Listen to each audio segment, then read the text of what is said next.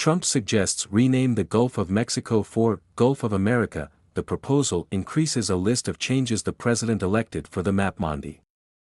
The list of proposed changes of President-elect Donald Trump on the map-mondi became a little longer. Making his first public observations since Congress certified his victory in the presidential elections on January 6, Trump told reporters on January 7 that he intends to rename the Gulf of Mexico to the Gulf of America. The Gulf of America, what a beautiful name.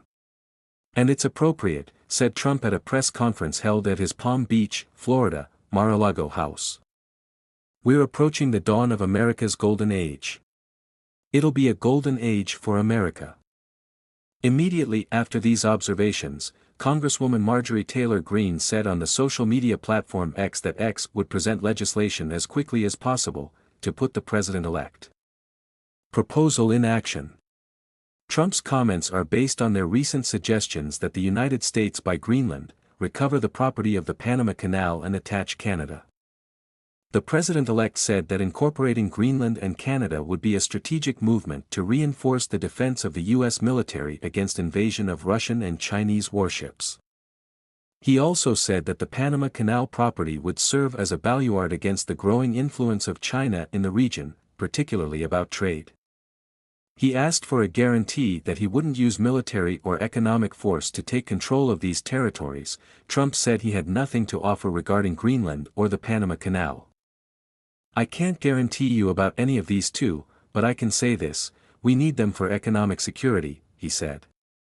The Panama Canal was built for our military. I'm not going to commit to that now. Maybe you have to do something. The United States built the Panama Canal at the beginning of the 20th century and kept control of hydrovia until two treaties of 1977 signed by President Jimmy Carter allowed the canal to control Panama to 1999, after what Panama took over total sovereignty. The treaties stipulated that the channel should remain a neutral commercial route.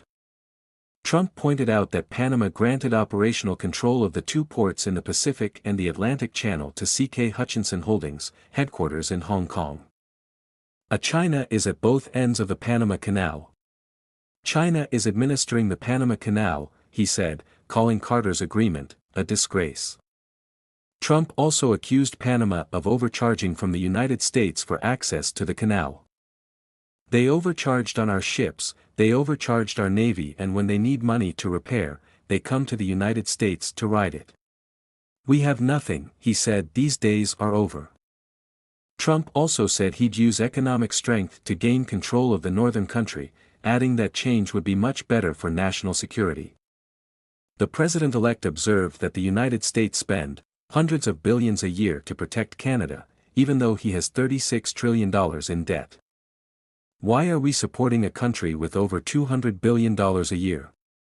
Our military is at your disposal, all these other things.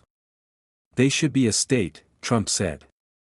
The president-elect press conference followed the arrival of his eldest son to Greenland early that morning to help evaluate local support for the Danish territory that became part of the United States. A Greenland loves America and Trump. Donald Trump Jr. wrote in the X, sharing a photo of himself holding an American flag alongside several Greenlands in hats. Make America Great Again. Amazing people with an equally amazing reception.